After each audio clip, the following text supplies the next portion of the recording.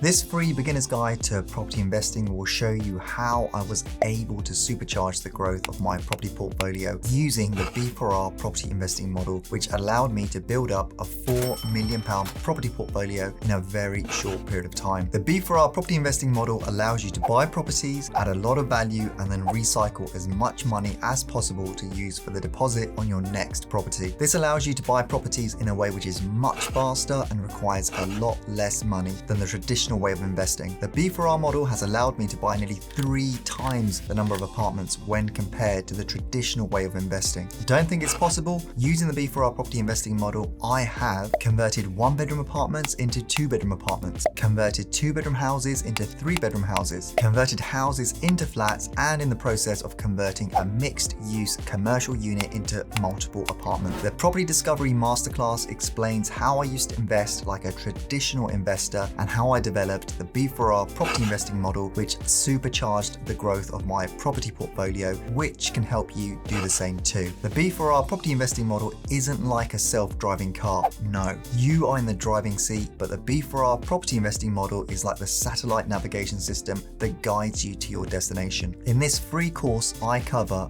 why I started investing in property, wealth creation, how I started investing in property as a traditional investor, my first buy-to-let as a traditional investor, how I now invest in property using the B4R property investing model, why I invest in property part-time, life-changing tax-free money, property education mentorship, my experience, why I started investing in property, wealth creation. I started investing in property part-time in 2010 whilst I was working at one of the big 4 professional services firms in the city, Ernst & Young, as a trainee accountant. I wanted to build up a property portfolio as I realized that many wealthy individuals tended to invest in property for the long term. I was working full time, but I wanted something in place so that I wasn't fully reliant on my job as my only source of income. If I decided I wanted to do something else, was fired or fell ill, then I had something to fall back on so that I wasn't fully reliant on my job. And if I did lose it, then I wouldn't feel under immense pressure to try and find another job again quickly. I realized that property investing would give me the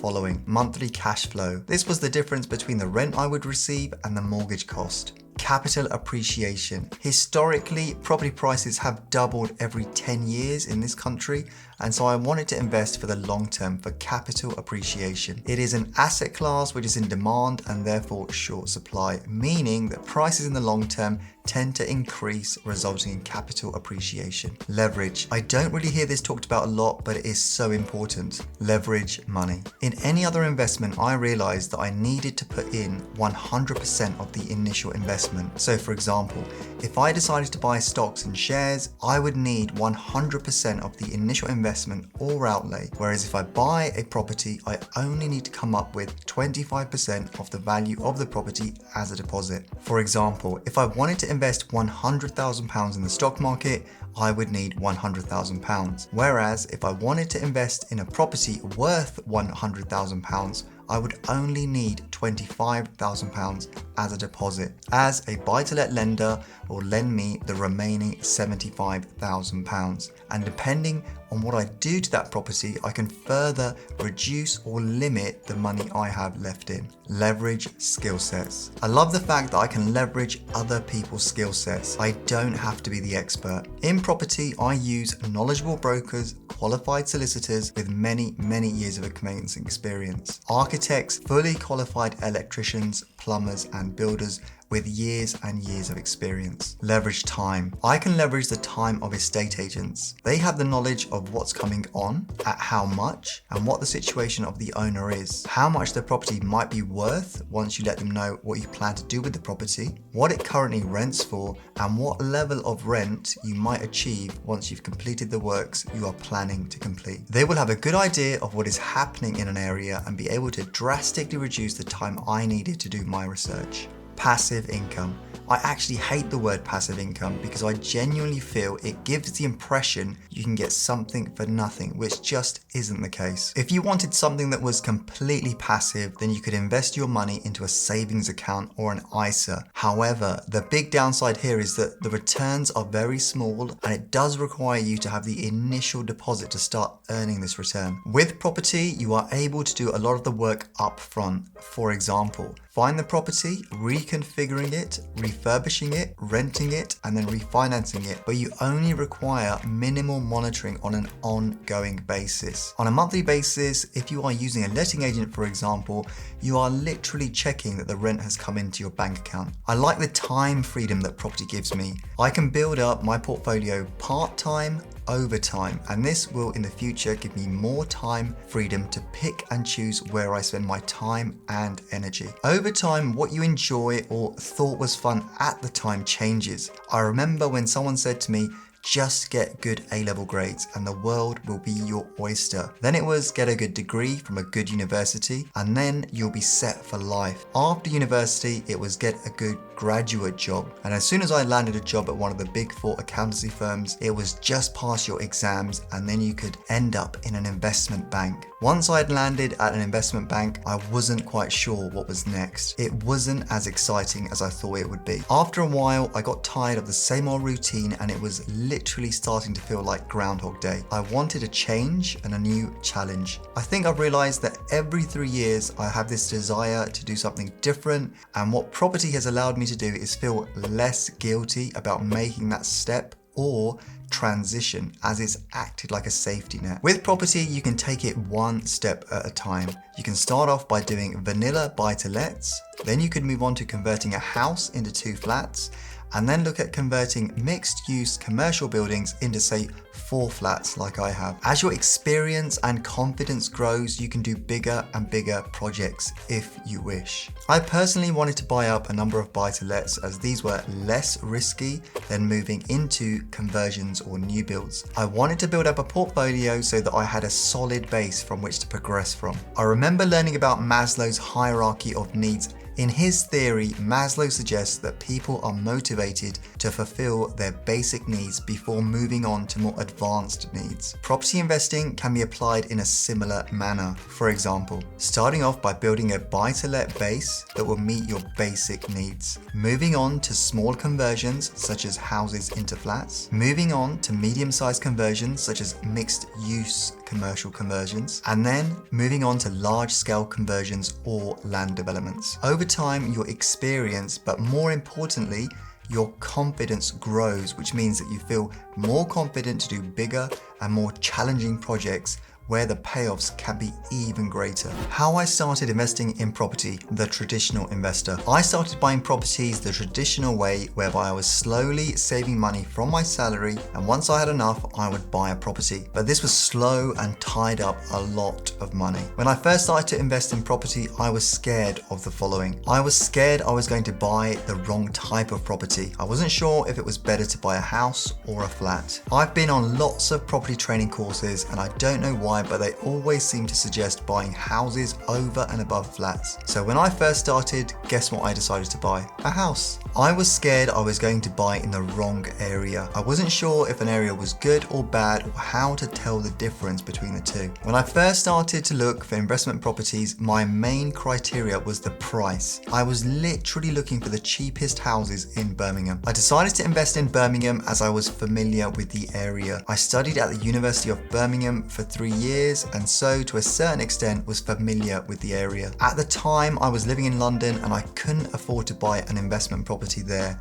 as they were so expensive, so I thought. And even in Letchworth where I grew up, it was a small town and again properties were more expensive when compared with investment areas. I had decided to invest in Birmingham. Like a lot of people that start investing in buy-to-let, I was literally looking for the cheapest properties I could find, which looking back wasn't the best idea. I did view a couple of properties that were on the outskirts of Birmingham that were really cheap, but when I viewed them, I had no real idea if the area was good or not. I called the agent, asked if I could view the property, viewed the property, and then thought, what's next? I did this a few times before I realized I was wasting my time, and I was really scared that I was going to buy in a bad area. I'm not really sure what the definition of a bad area is, but I guess it's one that doesn't fit your investment objectives. I knew I was looking for reasonably priced properties in Birmingham, but I also wanted to have working tenants and families in an area that was desirable and in demand. So I went into a letting agent. I said I was looking to invest in the area and had some questions I was hoping that they could answer, and developed a criteria checklist, which I still use to this day. I would always speak with at least 3 different letting agents in the same area to get a good feel for what they were saying and making sure I was hearing the same messages again and again, which gave me confidence when selecting that area for investment purposes. I developed an area checklist, and this was off the back of one of my friends asking me why I had decided to invest in that particular area in Birmingham, which I think is a good way to look at it. Imagine your friend asking you the following questions.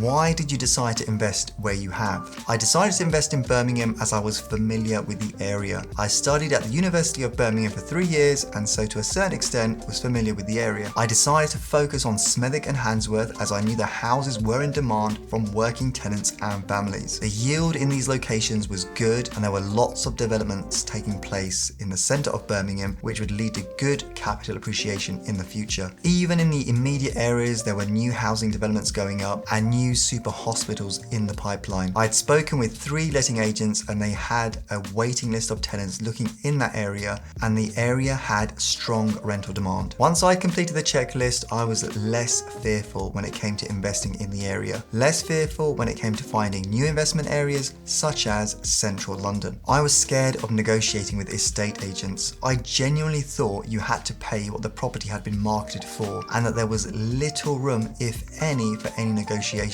And even if there was, I felt embarrassed putting in a lower offer. When I first started to put in offers for properties I was interested in, I would usually do this over the phone. I remember my heart would be pounding when I was putting in an offer. I felt nervous, and to be honest, I was just scared of what the agent was going to say. These were some of the reactions I had when I first used to put in offers over the phone. Agent: sorry, unfortunately we have had higher offers. Are you able to increase? My usual response on the phone was, let me call you back. Agent: there is no way the vendor would accept that, and I would feel embarrassed to put that offer forward. My response: okay, thanks. Agent: I can put your offer forward, but it's not what the vendor is looking for. I thought you were very keen on the property. I really like it, but only able to offer the said amount. Over time, I decided to stop offering on the phone. I felt like I was personally insulting the estate agents and owner at the same time, and really started to be scared of their responses. When an offer did get rejected, the agent would say, would you like to make a revised offer? And on the phone, I would say, yes, sure. Then they would usually ask me how much, and I usually offered another £10,000, and any subsequent offers were usually increased by the same amount. Over time, I decided to develop a framework when it came to negotiating with estate agents. I would never offer on the phone. I would only ever offer over emails. I would make a call to the agent after viewing and say the following: it works in terms of what we would like to do with it, but only at roughly this level. And I would quote the figure from the negotiation template I had created. And if the agent said they would put the offer forward, then at that point I would send a formal email with the initial offer amount, including my offer pack. The offer pack I created has become a game changer, and it makes me look very professional when presenting my offers, as it gives the estate agents everything he needs, again saving them time and effort. The offer pack I developed is simple yet effective. Check it out. If my offer was subsequently rejected by the owner, then I would use the negotiation template to progress to my second offer.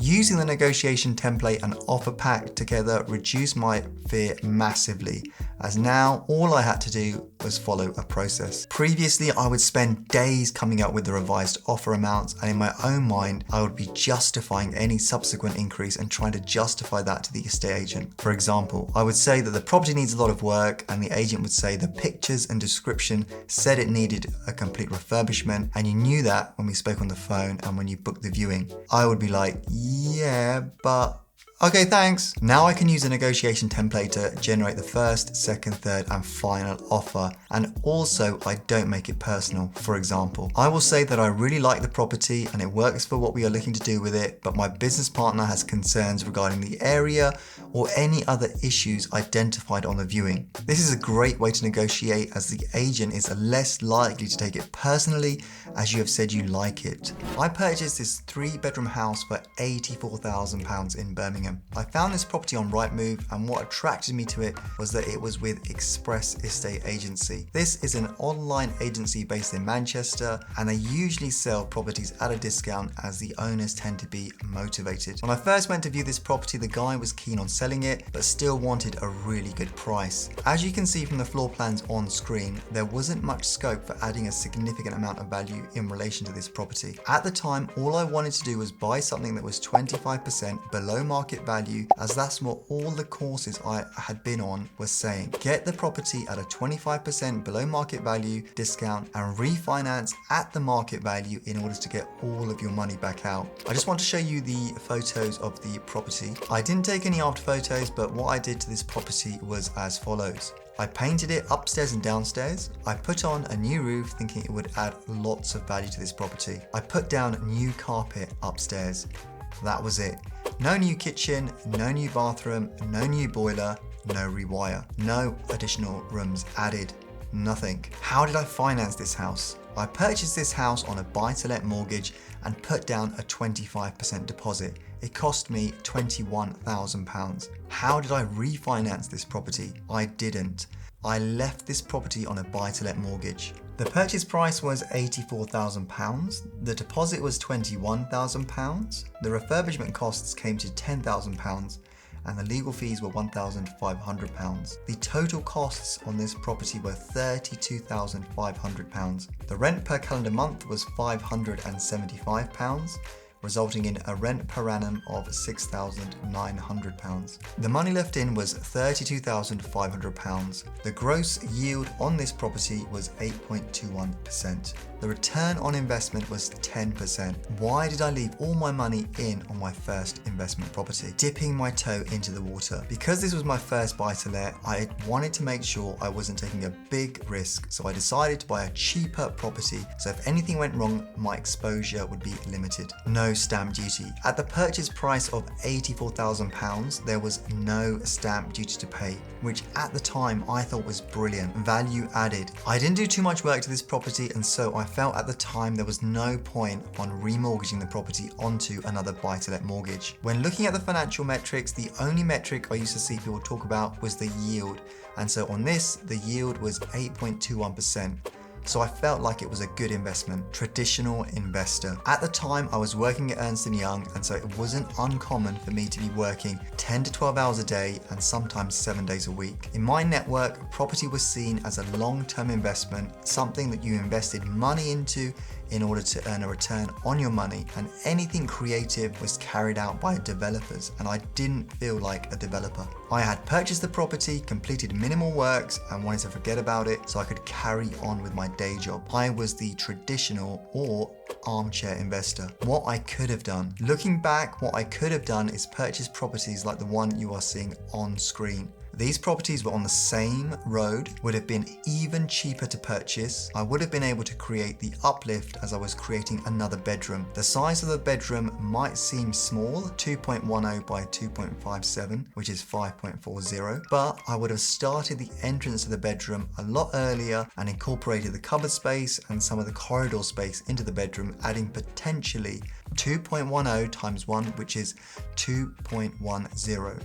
Therefore resulting in an overall size of 7.40. I have seen the small bedroom in these 3-bedroom houses being roughly 6.93 square meters. So the one I created would have been even bigger. I would have shifted the bathroom downstairs and added a small extension at the back of the kitchen for the new bathroom. How I now invest in property. B4R model. I have been investing in property since 2010, and from 2010 to 2015, this was as a traditional investor. I would be putting down a 25% deposit, paying the stamp duty, legal fees, and undertaking a cosmetic refurbishment, which used to include painting and decorating the house throughout and new carpets. I didn't refinance any of my properties just because I didn't feel like I had added a significant amount of value to justify any significant uplift, even though I did manage to buy them at a slight discount. I was looking for 3-bedroom properties. I hadn't even considered 2-bedroom properties, as I always thought the sweet spot was 3. And 4-bedroom properties were a lot bigger and therefore more expensive. I realized over time that if I wanted to supercharge the growth of my property portfolio, then I would have to do something different. I wanted to find a way that I could tie up less and less money in each of the projects I was completing, and so I realized that I needed to do something over and above a normal refurbishment. I didn't want to do anything structural or which required planning permission because I was risk averse, but still felt there must be other ways I could add significant amounts of value. I then came across a 2-bedroom house that I thought I could convert into a 3-bedroom house. No planning permission needed because all the works were internal and minimal structural works involved. So I purchased a 2-bedroom house and converted it into a 3-bedroom house in Bedford. On the refinance, once the works were complete, I had no money left in that project. It was amazing. This was my first B4R model project. I then took that concept and wanted to see if I could apply it to flats in central London. Getting big discounts like I was taught on property courses proved a challenge in central London. So I needed a way to get a small discount but also be able to create a lot of uplift at the same time as well. Over time, I started to look for 1-bedroom apartments with a separate kitchen that I could turn from a 1-bedroom apartment to a 2-bedroom apartment. I realized I needed to look for problem properties in order to get a discount, and also ones that I could reconfigure and go from a 1-bedroom apartment to a 2-bedroom apartment. The first B4R flat conversion I completed was in Battersea. I purchased a 1-bedroom flat for £237,500 and applied the B4R model. I reconfigured and refurbished it, and once the works were complete, refinanced this apartment onto a buy-to-let mortgage. The value as a 2-bedroom apartment came back at £320,000 of only 6 months of ownership. I then started looking for projects locally to where I live. Given the onset of COVID, it was difficult to get into London, so I started to see if I could apply the B4R model locally. Eventually, I found a house that I could convert into 2 flats. I purchased a 3-bedroom house for £265,000, which I converted into 2 1-bedroom apartments. The overall valuation for the 2 1-bedroom apartments came back at £410,000, which meant on the refinance, each apartment ended up costing me £21,000. Once this project was complete, I wanted to find an even bigger project, and so I came across this mixed-use commercial building that was on sale, being advertised to investors as a mega HMO or development opportunity to develop into 2 flats. There was already a 3-bedroom flat upstairs, but the owner had secured planning permission to convert the ground floor commercial unit into a 2-bedroom flat. The property again was ripe for the B4R model. Having viewed the property, I realized I only needed to find an additional 10 square meters on each floor in order to get 4 1-bedroom apartments overall. So I agreed to buy this property, and after 15 weeks, I got planning for 4 1-bedroom apartments. Why I invest in a property part-time. The experience of my first few projects made me realize that I could do nearly everything online and part-time. For example, find property deals online, find a broker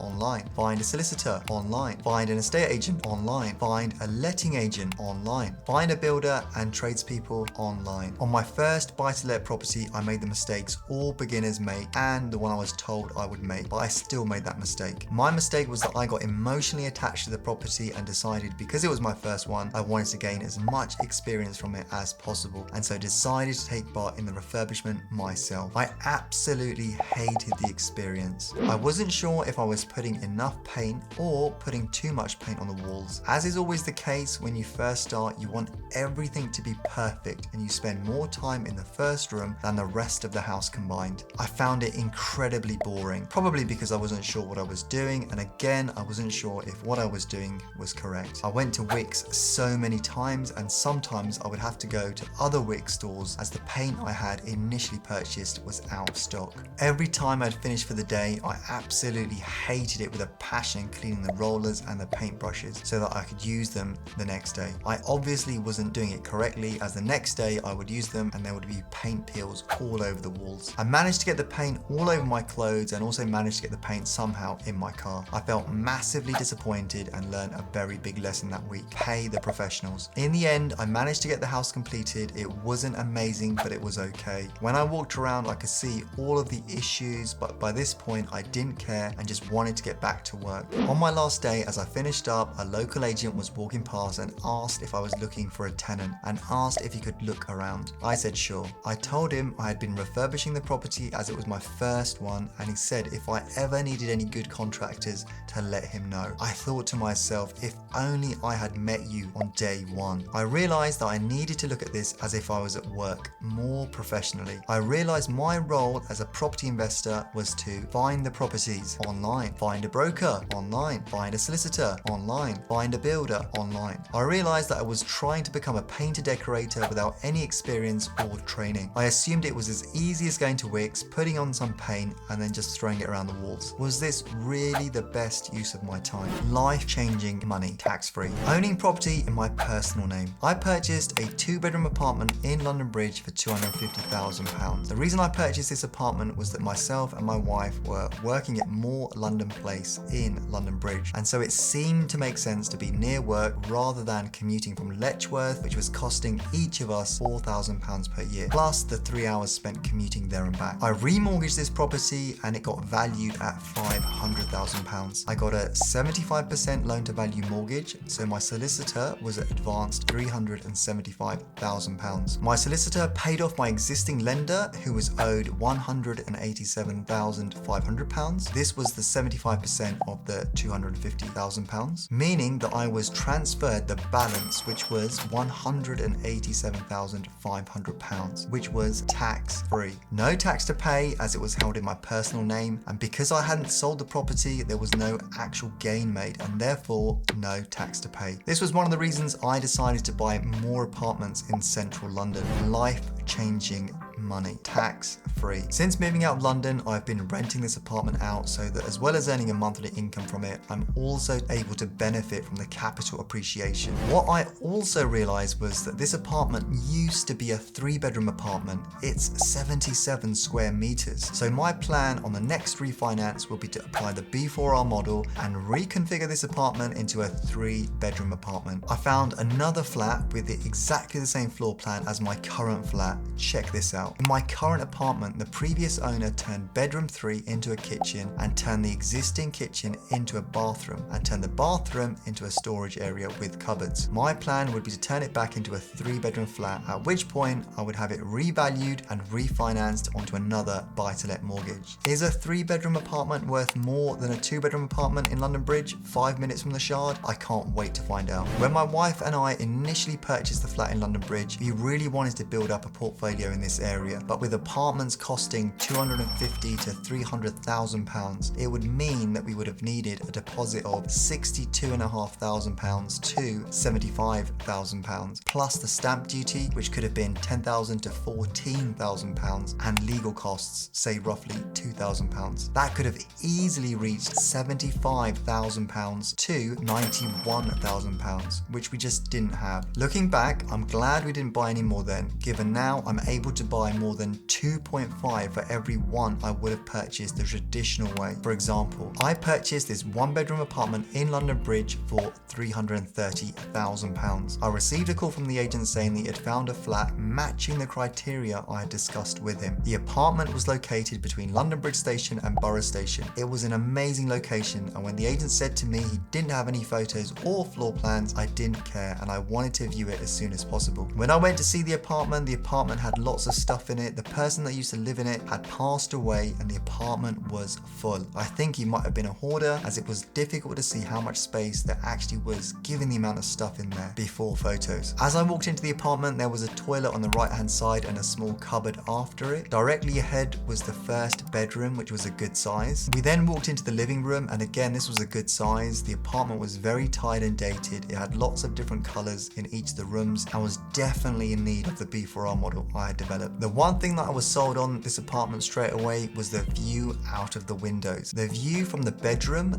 living room, and soon to be bedroom window was of the Shard. The view also looked out onto the park opposite the development. It was an amazing view, and for me, I was sold straight away. I wandered into the kitchen, which was just off the living room, and it must have been at least 30 years old. It was very tired and dated. The bathroom was much the same. It was a bright red and blue color with wood paneling on the wall to match. It had blue tiles on the walls, which had this old school mosaic on it. I could see that the apartment ticked all my boxes in relation to the criteria I had in place, and so I offered on the property, and eventually my offer got accepted at £330,000. There was a lot of interest in this apartment, but because I said I would be buying on a bridge, the owners seemed to like that. There were higher offers on the table, but these were from owner-occupiers who needed a mortgage to proceed. Let me show you the floor plan and how I use the B4R model on this apartment. As you can see from the floor plan, the kitchen was 9.97 square meters, which is more than big enough for me to convert it into a bedroom, and the living room was 16.77 square meters, which again was more than big enough for me to convert it into an open plan kitchen diner. The works took about 6 weeks, and my builder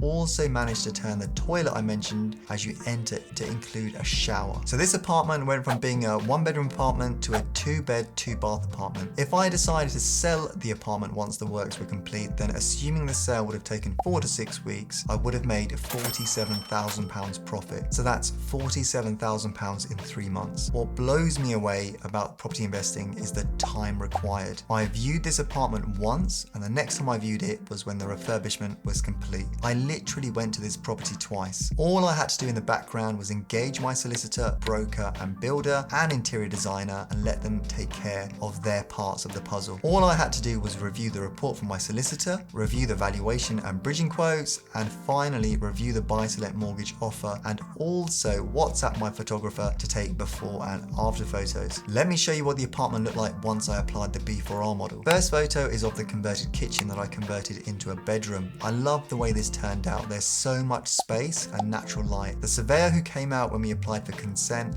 actually said to me, "Why don't I add an ensuite into this bedroom?" He said it's big enough. I was tempted but thought that the room would feel small and decided not to. The second photo is of the open plan kitchen diner. I created an L-shaped kitchen under the window, which meant that this room still felt quite spacious. I really like how this room turned out. The next photo you are seeing is of the existing bedroom, which was refurbished. Again, we had lots of space, and this room felt light and spacious with lots of functionality. The bathroom came out really nice too. The final photo is of the small toilet and cupboard that I converted into a toilet and shower room. I used an interior designer to make sure I was using the space in the best possible way I could. I looked at color palettes and furniture selection as well as lighting. Let me show you how the numbers worked in relation to this project. The purchase price was £330,000. The refurb costs were £26,850. The bridging costs were £20,487. The stamp duty was £16,400. The legal and other fees were £3,226, meaning that the total costs were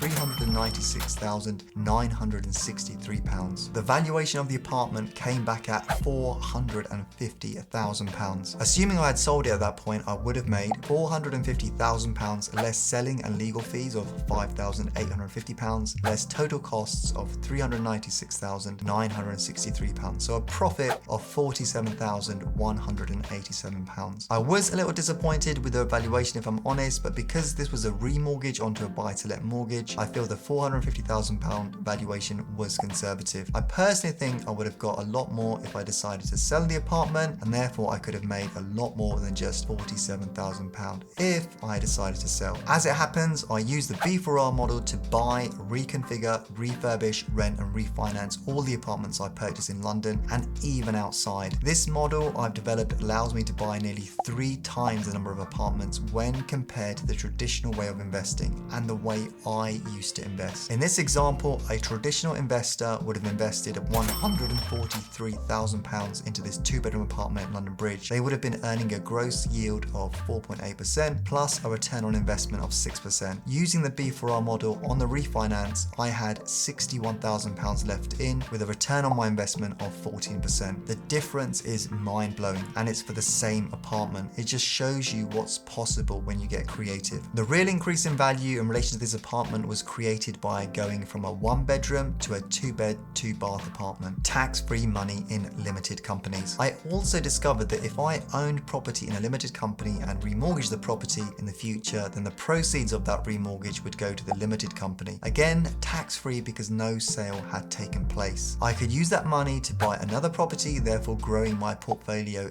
even faster. Director's loan to my limited company. Any money that I personally invest as a director into my limited company is basically like me loaning my limited company money. I can charge a commercial interest rate on any monies I lend to my company, and so over time can recover my initial loan and any interest that is due. This would not have been possible if I'd purchased the property in my personal names. So again, this is another advantage of using the limited company structure. Any monies you lend to the company, you will receive back, and you can also charge a commercial interest on that money so that your personal money is working hard for you if you decide to invest it. The interest on the loan is treated as a business expense, so you can take it off any profits the business makes, therefore reducing your tax liability as well. Property education and mentorship, my experience. Since 2010, I have spent £34,000 on training courses and mentoring programs trying to discover the secret to building a property portfolio. I thought the key to discovering the secret was to gather as much information as possible, and so I read all the books, listened to podcasts, attended events, and paid for courses. But instead of discovering the secret, I just became